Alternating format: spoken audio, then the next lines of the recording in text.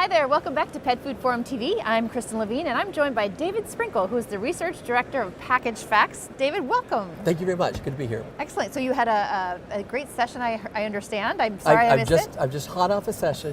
We had, I gave a talk on clean label and transparency. Yes. And the huge trend now in the food industry, which is turning over to the pet food industry. And what we talked about is what do pet parents expect in terms of clean label and transparency. Right. And what Give we us talked some of about, those expectations. we actually did some surveys for Pet Food Forum for this presentation. And there was sort of good news and bad news. The bad news is that consumers expect a lot of things. And a lot of times they're contradictory. So they want things that are natural and organic, but also convenient, but also fresh, but also low priced.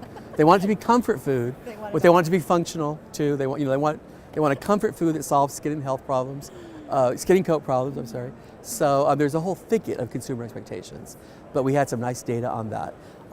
We had some data on the facts, somewhat unfortunate. There's a lot of skepticism about the integrity of pet foods and pet food marketers.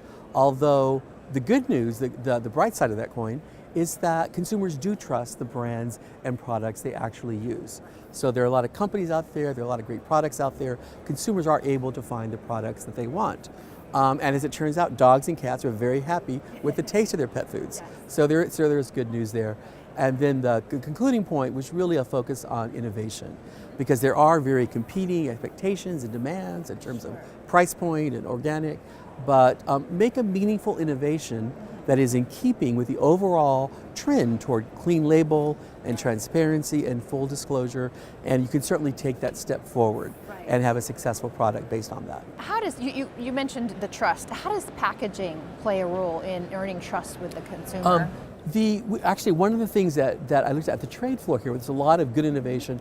A lot of innovation is taking place right now in packaging, especially for kibble packaging, as opposed to, say, a dog biscuits. There are a lot of challenges because there are a lot of demands in terms of barriers for aroma, for moisture, for O2. So we're still kind of using a feed sack, right? But there's a lot of technology that goes in that feed sack.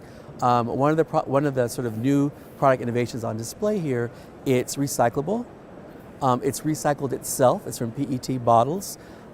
It helps with product freshness, which is a huge issue for pet food, the same way it is in the human market.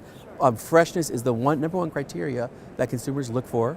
And it had several other benefits, technical benefits, but also benefits that consumers can see. Not only less weight, thinner, less waste, but again, also the product freshness, the product dating. So that's a way that packaging can really play a role in innovation and moving into sort of the new era of pet food consumer products, including a rethinking of packaging now that increasing percentage of products are moving essentially direct to consumer from the internet. So let's rethink, do we need the same kind of display panel? Do we need the same package sizes? What do we do about toppling over on the doorstep? So it's a new set of demands and criteria, but also opportunities to really meet consumers' needs. It seems to me that pet food companies are doing a better and better job of meeting pet parent expectations, but what other expectations do they have that maybe we're not doing as well as meeting? We asked that was one of the things, we talked with the pet food industry and even with the sponsors, and one of the big issues, of course, is sourcing. And that's a tricky issue, particularly because of the role of China in the pet food recalls going back from 2007 forward. They certainly want to see more specific information about sourcing. They see that in a more positive light in terms of Made in USA. Yeah. Made in USA has become one of the most powerful claims for pet food and treats over functional or over, grain-free or chicken first ingredient. Really? That's the most powerful? It's only one of the most powerful, and maybe possibly the most powerful. You see a lot of American flags on products. And we asked just very open-ended questions about what would you like pet food companies to do differently. And a lot of it was not strident or even very demanding. It was like, just be honest. Just communicate. Just let me know when you say Made in USA, what that means. And we want pet foods to be affordable. We want pet foods to be convenient. We want vitamins and minerals in our pet foods. So you probably have very good reasons for doing what you're doing. And so just make those clear and avoid those kind of gotcha moments. Yeah. You're always a wealth of great information, David. Okay, thank you very much. Where can people find out more information about your talk? Actually, the session will be available through Pet Food Industry, Pet Food Forum. So attendees, that will be available. You can also just look at Package Facts, look at our website, packagefacts.com, contact me. We'll be glad to give you more information.